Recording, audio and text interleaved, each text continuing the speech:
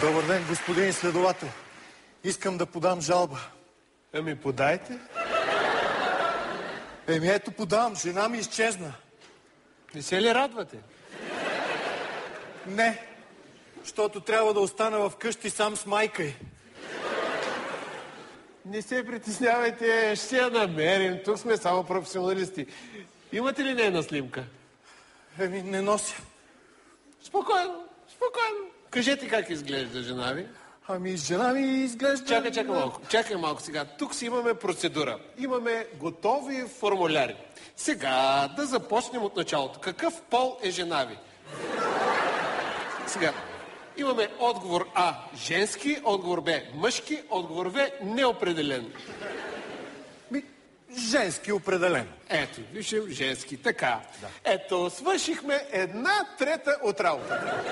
Какъв цвят коса има жена ви? Жена ми е така с по... Чакайте сега, тук си има процедура. Да. Възможните отговори са А – черен, Б – червен, В – рус, Г – кафяв. Оранжев. Добре, ще напишем Б – червен, пък ще знаем, че е оранжев. Сега, каква фигура има жена ви? Отговор А – висока и слаба, отговор Б – ниска и закръглена, отговор В – значи където пипнеш цица, и отговор Г – само задник и 2 очи. Отговор Б – ниска и закръглена. Така, значи отбелязваме тук ниска и закръглена.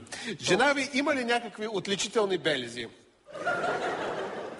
Отговор А, значи с татуировка, отговор В с златен кучешки зъб и отговор В с едно око. Вижте какво, моля ви се, това са пълни глупости. Спокойно сега, тук си има процедура, бе, тук сме професионалисти. Как се казва сега? Как се казва сега жена ви? Казва се... Чакайте сега. Значи казва се А, ако името на жена ви започва с А. Б, ако започва с Б. В, ако започва с В. Така? Тотка.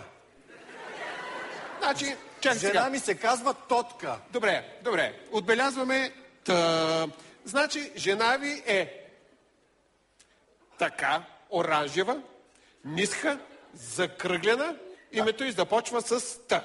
Нали така? Сега ще проверим тук дали сме попаднали на такова описание. Ало! Колега, аз съм от отдел загубени. Да сте намерили нещо оранжево, ниско и закръглено. Намерили ли сте? Браво! Доведете! Слава Богу.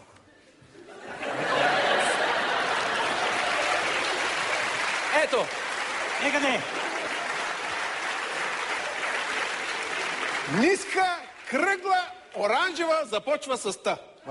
Моля ви се, каква е тази тиква? Тиква, да не съм се женила за нея.